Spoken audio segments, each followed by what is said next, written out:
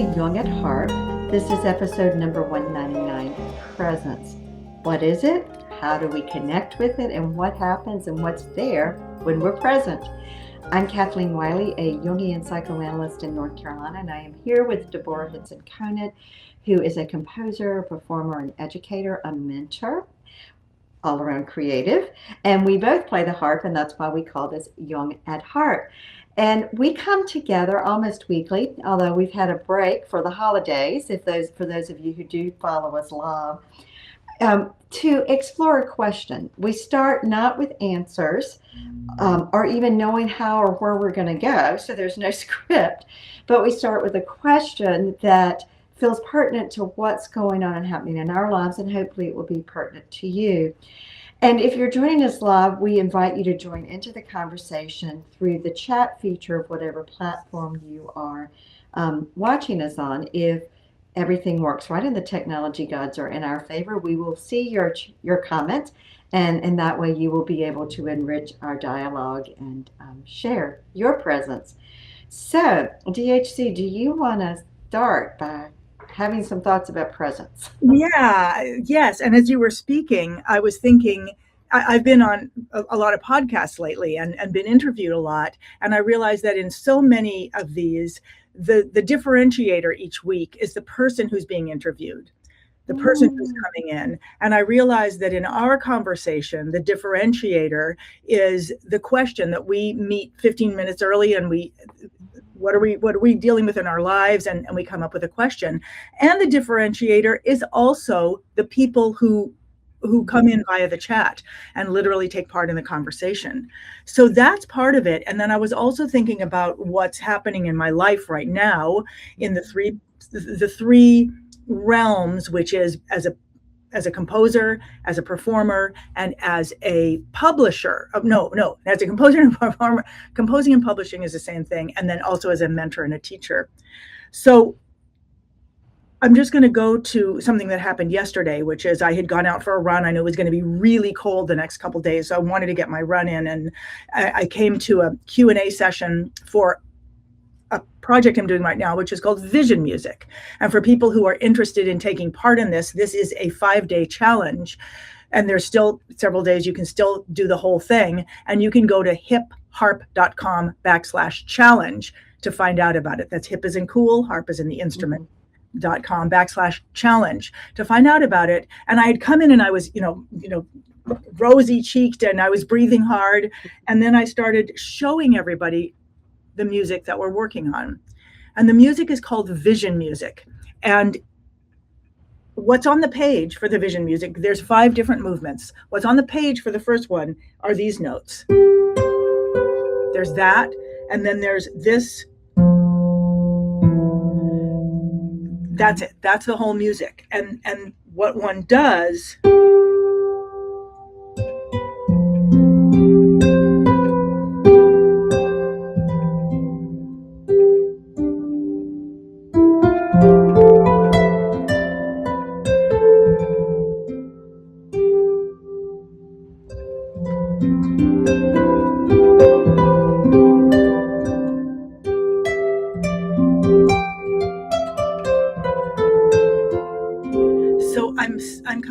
it feels to me that I'm spinning off, but all I'm thinking is this, is that relationship. And one of the people and I played the whole suite, there's 5 different movements, and each movement is very simple to play. In fact, I was showing you the second movement, which is something that someone who never played the harp before could play, because it's set up like a game. You play these 2 white strings with the red one in the middle, like you literally could say you play this, and then you go down and play this. And while you're playing those, you play just white strings of the harp, whatever they are, but only white strings. And you do that a couple times, and then you move down to the red and the black string. And when you do, you open up all the strings. So it's just a game. So that game would sound something like this.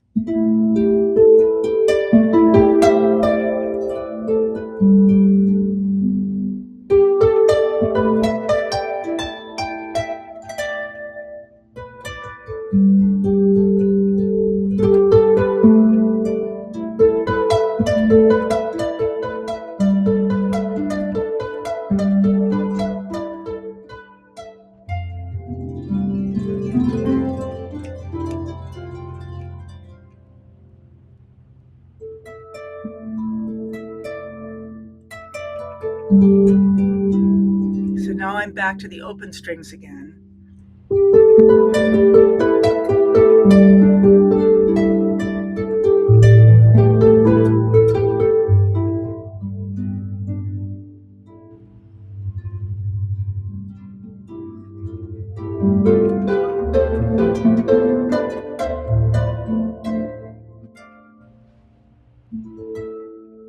And then you come back. So each movement is this, I mean, they all fit on one page. There's very, very, very, very little notated music there. Mm-hmm. I can maybe bring it up in a minute to show people. But what somebody pointed out is that when I first got on the screen, she said, I was about to like text in and say, can you please just breathe? He said, and then I saw the music calming you down, Mm-hmm. and that calmed all of us down.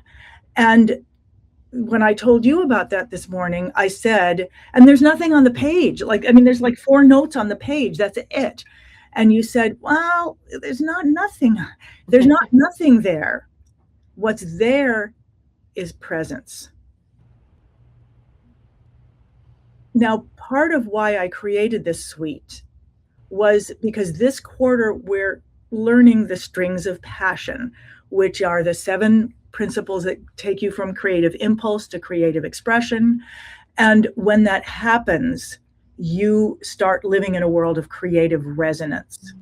And I wanted people to have something where they weren't fussing with what are the notes and what are the something anyone at any technical level could do and experience this process of creative resonance. But then talking to you about it, it's starting to help me think about what is presence. And when I go and do a show, like I have a show on the 31st in the Boston area at the Center for Arts in Natick, and I do want to be present. I'm usually present in a different way when I'm on stage. I'm usually present in a more sort of intense way, you know.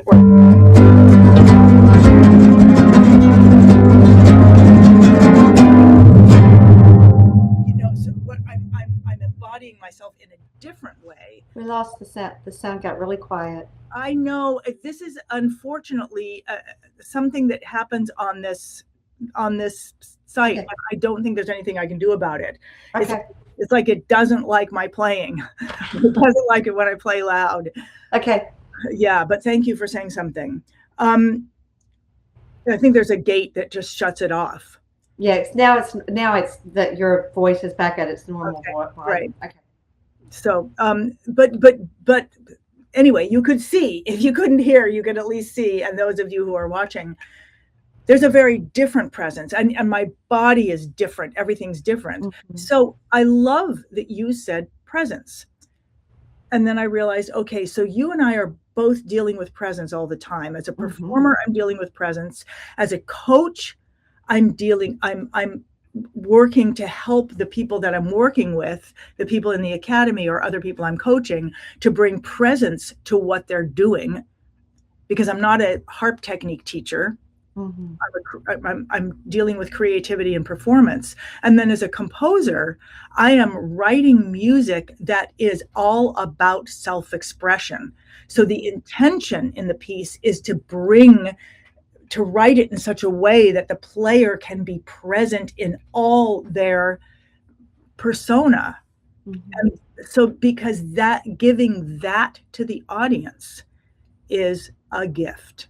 And I think that's where the thing is. You know, I was saying there's nothing on the page. We think the music is the thing we're playing. But my teacher, Tony, would say, the thing you're doing is just the thing that keeps you occupied so the audience can see you. Mm-hmm. Mm-hmm.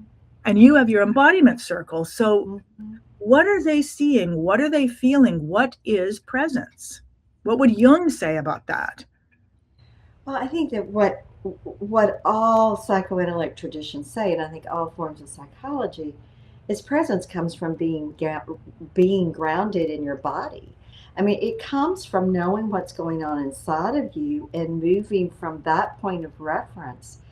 So often, and I think this happens in music, and I think in music, it happens when people are playing music or want to play music, and you get the sheet music, and suddenly, instead of moving from a sense of self internally, your felt connection to what's there on the page, it becomes all about how do I do this thing that's on the page, or how to do this thing on the page like I've heard somebody else do it, and it all becomes out here, and then you're dissociating would be the word. You're leaving your own body there. You aren't present to yourself, in a way that you then are feeling and experiencing your relationship to the music, which the notes on the page or the suite you're offering in the vision challenge invites one into. Can you just say that again? That last sentence. So you're. We may have to listen to the recording. Okay. What were you saying? I lost it right at the end. So what are you invited into? That the notes on the page, or in the case of your vision music, the 5 suites actually are an invitation to be present to a felt experience of the music in you as you play those particular notes or chords or progressions. And as you begin then to listen, because you use that word when we were talking off camera, that you're listening for what wants to come next. It's like a conversation on the harp, the right hand and the left hand. Right. It's not just about each having its own mind doing what it is it thinks it should do, which becomes out there, but it is about, okay, I'm hearing something, and how am I impacted? Being present to one's own felt experience. As you're speaking, I was thinking about one of the reasons that I teach almost everything in the academy, put the harp in the key of C, and don't worry about the levers unless that's what we're actually dealing with. And because I remember when I first started the harp as an adult, and when I switched from the concert harp to the lever harp, the coordination made it very hard for me to be present.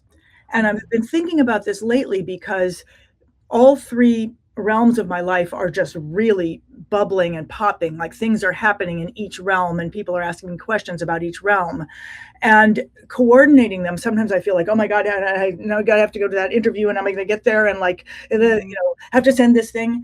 And I realized that the coordination reminded me of what it was like when I started the harp.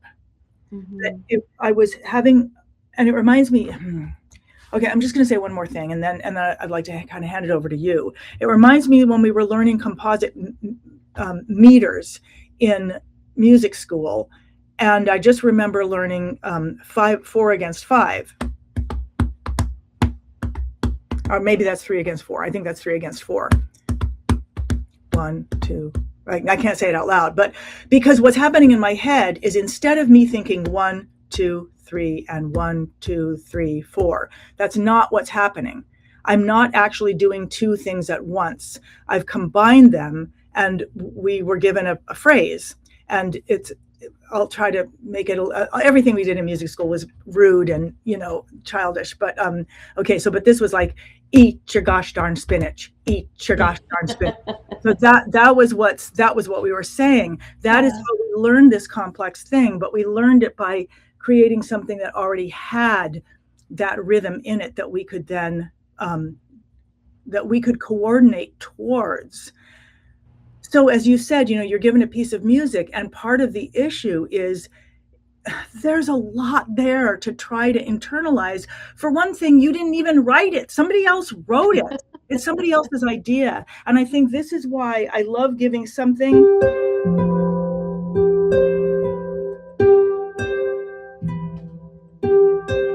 I mean, this is it. This is that. That's the theme. That doesn't mean you have to stick with that theme. You can turn that theme upside down. You can make that theme wider.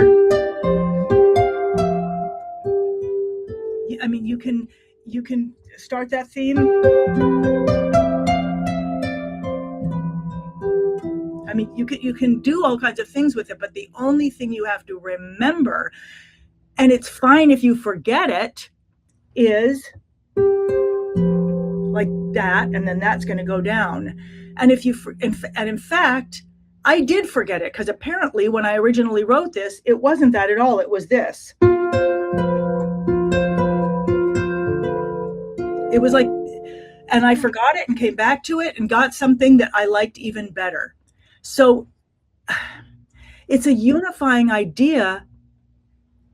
It's music, but you don't have to do it right. Like, it works whether you're doing what's there or not there, because it allows you to be present. Now, how is that? What is that? It's something that lets us be present, but we don't have to do it right. We don't have to do it a certain way.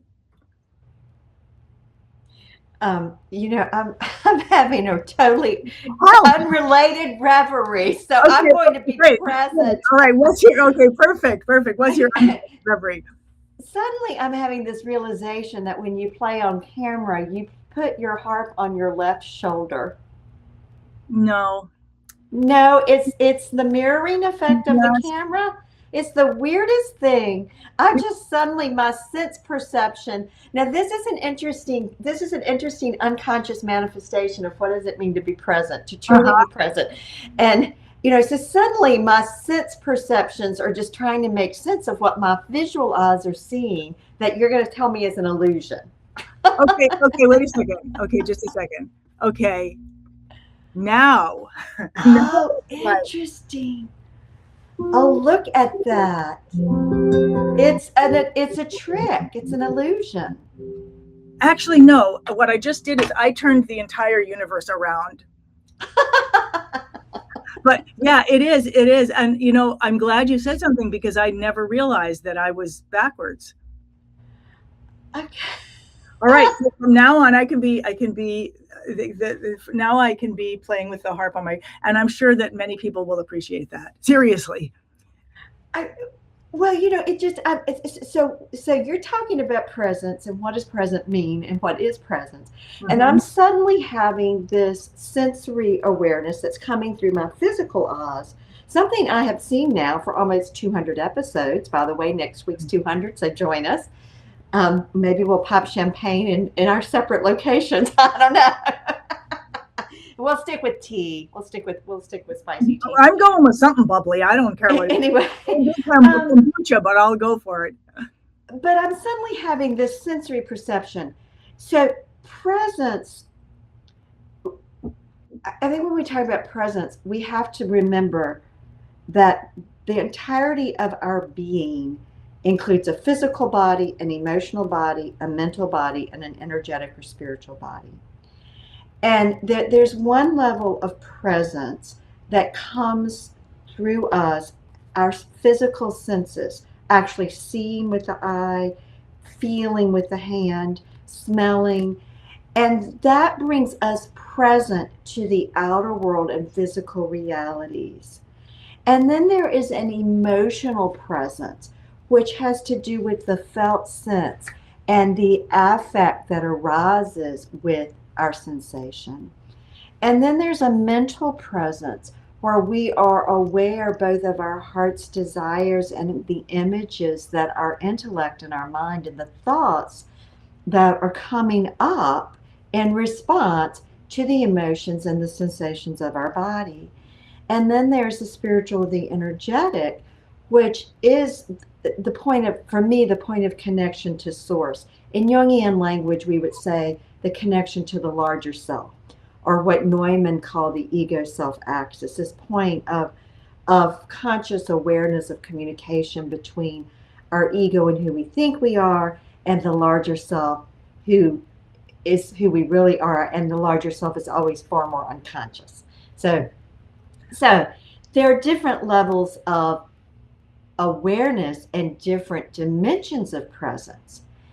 And for me, what you're describing happening for you yesterday in the Q&A when you started playing the vision music is that all of you came together in one place.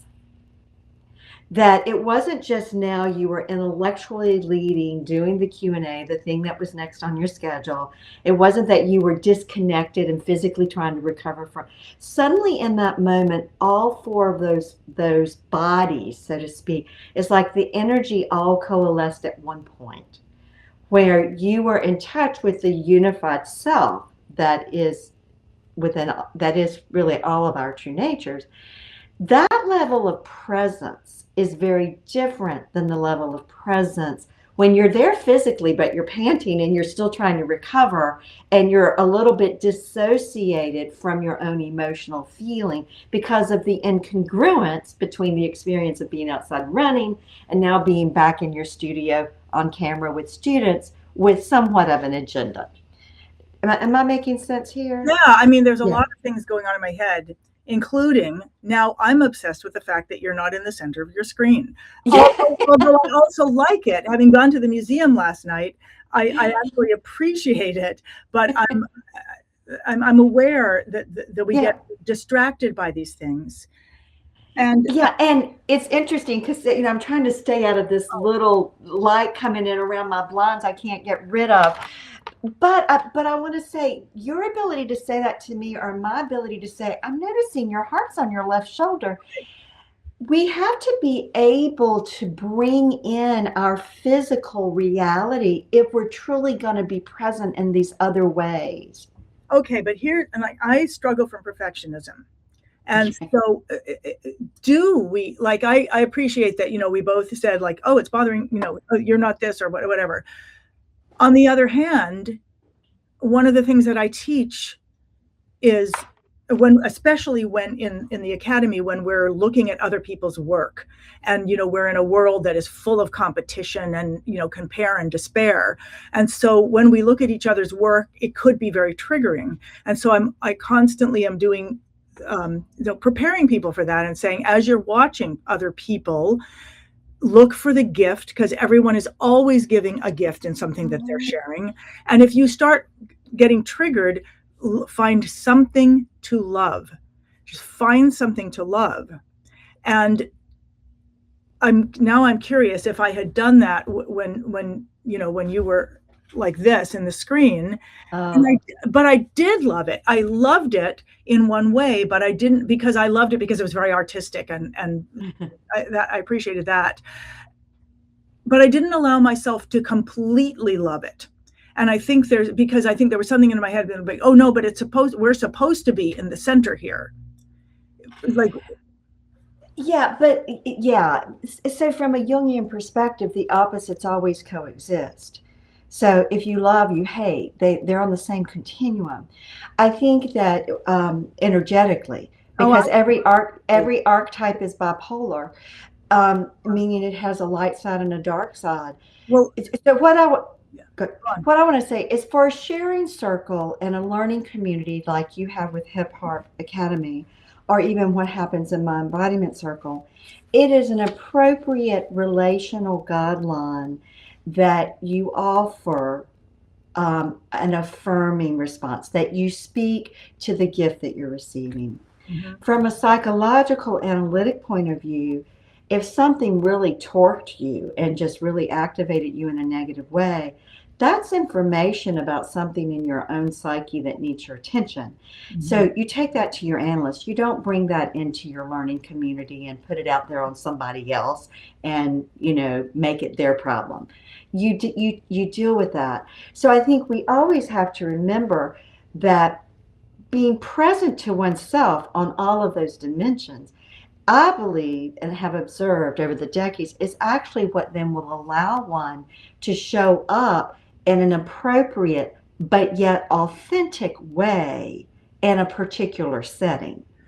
It's interesting that you're saying that, because there's so much that I'm thinking about that I want to kind of reflect. And I'm thinking about the different communities that I'm in, working with different coaches, there's a different set of things that we're working with. And when I'm in the academy, each quarter, we're looking at art through and performance through a different lens. And so I'm constantly, if I'm in conversation with somebody, thinking about what is the context of this conversation. Like if I were having a conversation with somebody in a coaching situation where they just wanted my advice, I might say XYZ. But if I'm in a spiritual conversation with them, I'm not going to offer I want to keep it within the context of what we're doing. Unless we decide to switch it. And it's making me think about music as well. There's genres or there's styles, and you would play within the style that you're in unless you have an agreement that you're going to be switching styles. Right. And so this is where persona, again, from a Jungian point of view, the persona is the psychic structure that mediates between the ego and the outside collective that you're in. So there are different personas or roles that are appropriate in different settings. And so just like you just said, if you are in the role of a spiritual friend or a fellow 12-stepper, then your response that's appropriate is one thing. Whereas if you are in the role of teacher or coach or educator, that's a different role. And so what we want ultimately is to be able to come into that role, that specific moment, with all of our presence on board toward that end in that moment. It doesn't mean there might be other things going on inside of us that are incongruent for that particular role and moment in time, meaning we're a multiplicity of voices, we're multifaceted. But presence, what makes the difference is does the response in that particular moment and role mean that you're 100% present to yourself and you are speaking from the roots of yourself, even though the roots may be this wide, let's just say that's all we can see on the screen, but you're just speaking to one little tiny point, but it's still authentic to your experience. That's a very different experience, that presence, than if you're saying something right because that's what you've learned you should say, which is what a lot of personas do. I'm doing this because it's what I should do, what I've learned I should say. This is the proper response. I think that's why I wanted to create a suite in which whatever was proper was so tiny that it was easy to learn. I mean, like when we see a piece of music, we think that that's proper. I'm really interested in this, what you're bringing out about presence. I'm thinking about the academy, and I'm thinking that the intention of the academy, Harp Academy, is discovery and self-expression. Whereas if someone comes to me for coaching and they want performance coaching and they're like, I don't feel like I'm physically self-expressed, I'm going to work with them in a completely different way.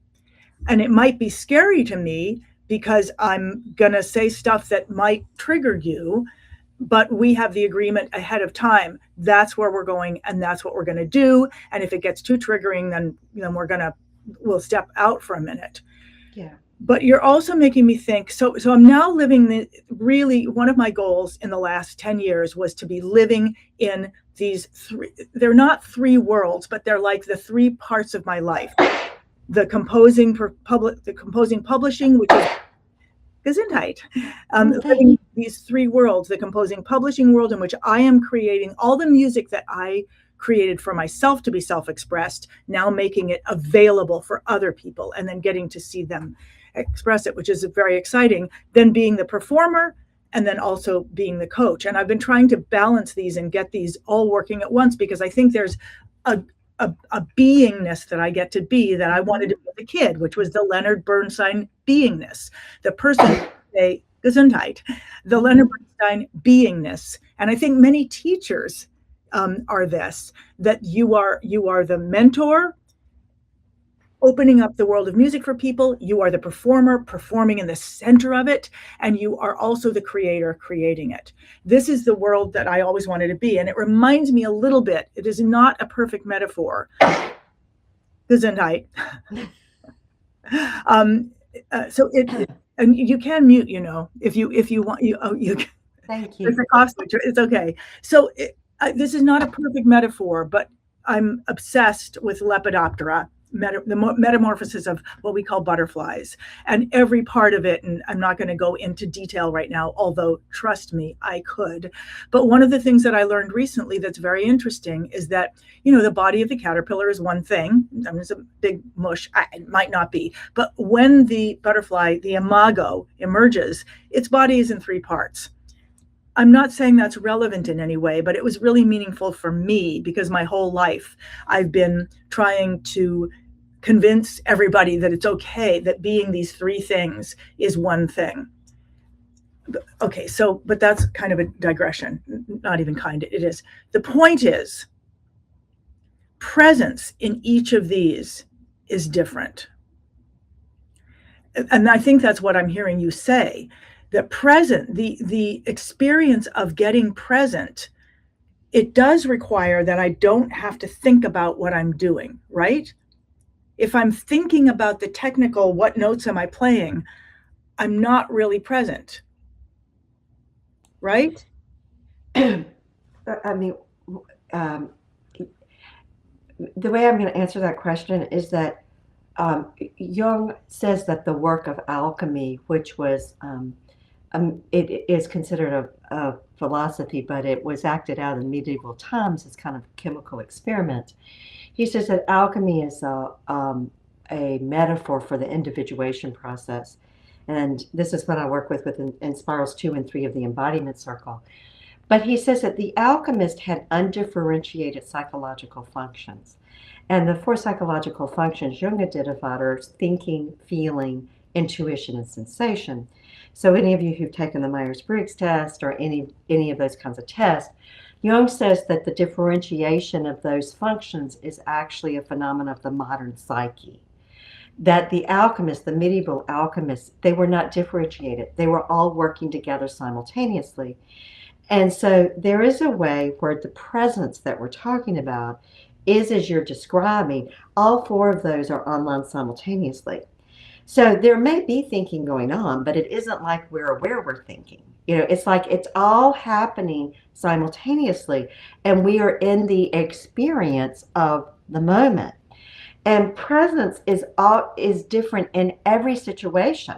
My presence here with you is different moment to moment. It changes because what's going on inside of me changes moment to moment. And so this is part of the importance of being aware of what's happening in your body and developing that muscle where you're always aware, even when you're doing all kinds of other things, that there's an awareness. You just answered for me something that I've had difficulty answering other people. So I've never been able to memorize music, and I don't read music well. And yet, if you see me on stage with a symphony orchestra, you would see me play a whole show without any music, and it's not difficult because there's a map in my head, and it's not a map of the individual notes, but it's a map of what's happening and what's the little universe of stuff I'm using. I mean, if it's a melody and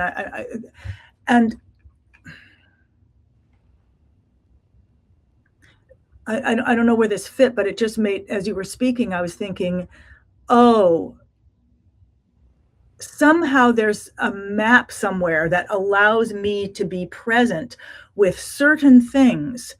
And then there's a perfectionistic mind that doesn't allow me to be present. For example, I can play, this music, no problem. But I still, every time I have to do something with social media, it's like, wait a second, and here's this thing, and I have to copy that thing from last time, and I have to, but like, there's really no sense of presence unless I'm live. And then I'm thinking, well, there's probably some technical problem like you just experienced I'm thinking I'm being expressive and I'm not. So I'm constantly worried about that. And that's one of the reasons I freaking love being on stage with real people I can see.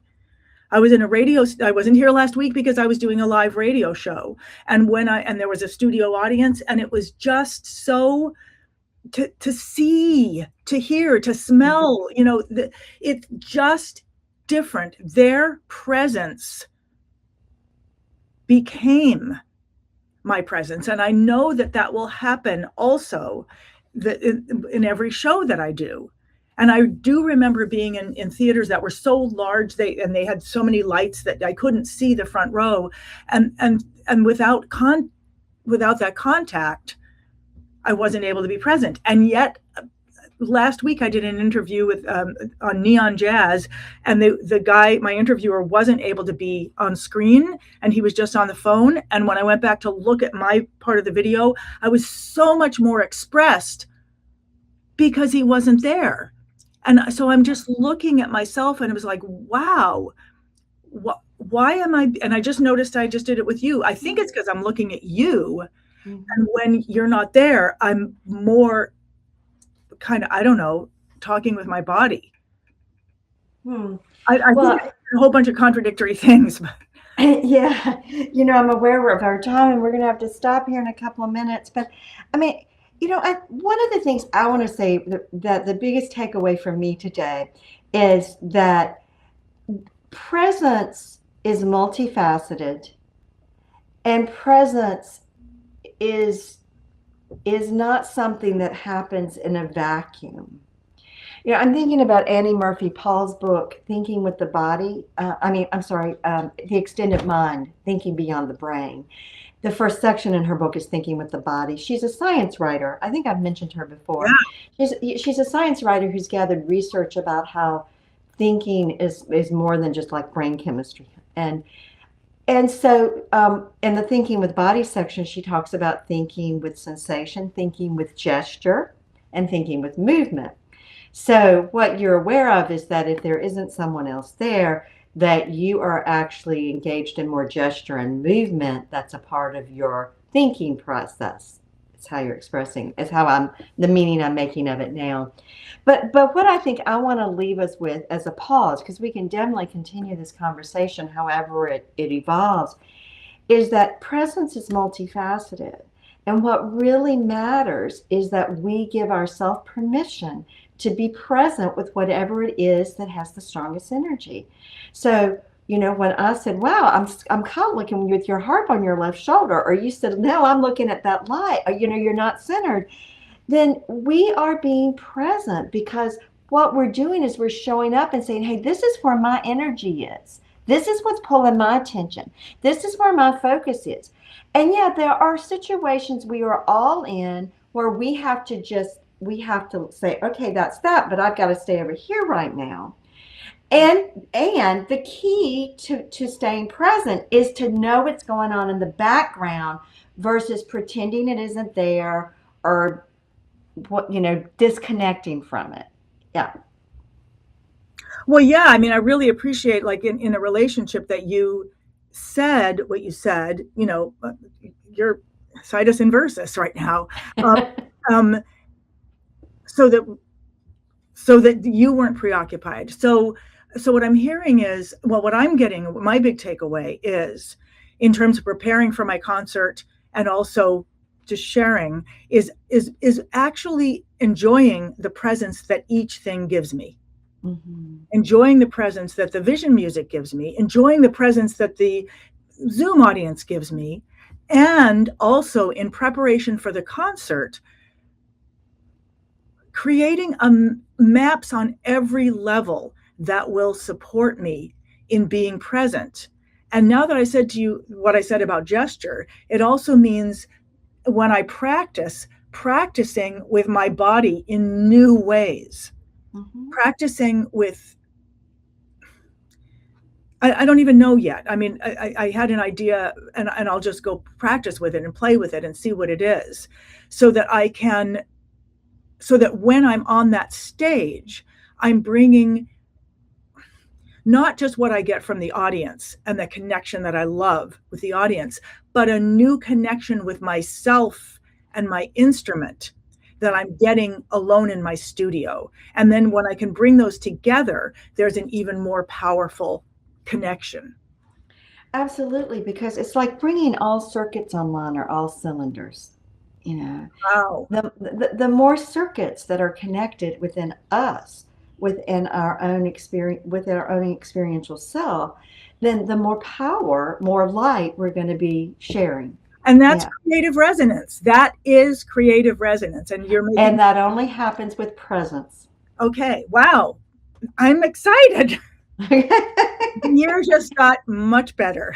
Okay. Kathleen, thank you so much. And thank you to everybody who takes part in this. Those of you who write in while we're speaking, those of you who write lovely things to us afterwards, and those of us who discover us in our past, because we are now on the podcast platforms, and each week that we are here, we're releasing both a live episode and one of the episodes from the past. And the weeks that we're not here, we release one of the episodes from the past. So they will converge at some point. And I'm so glad that you are converging with us. And Kathleen, thank you. Visit jungatharp.com for show notes, contact links, and to follow the ongoing conversation. That's Jung, as in Carl Jung, the famous psychoanalyst, and harp, as in the many-stringed instrument.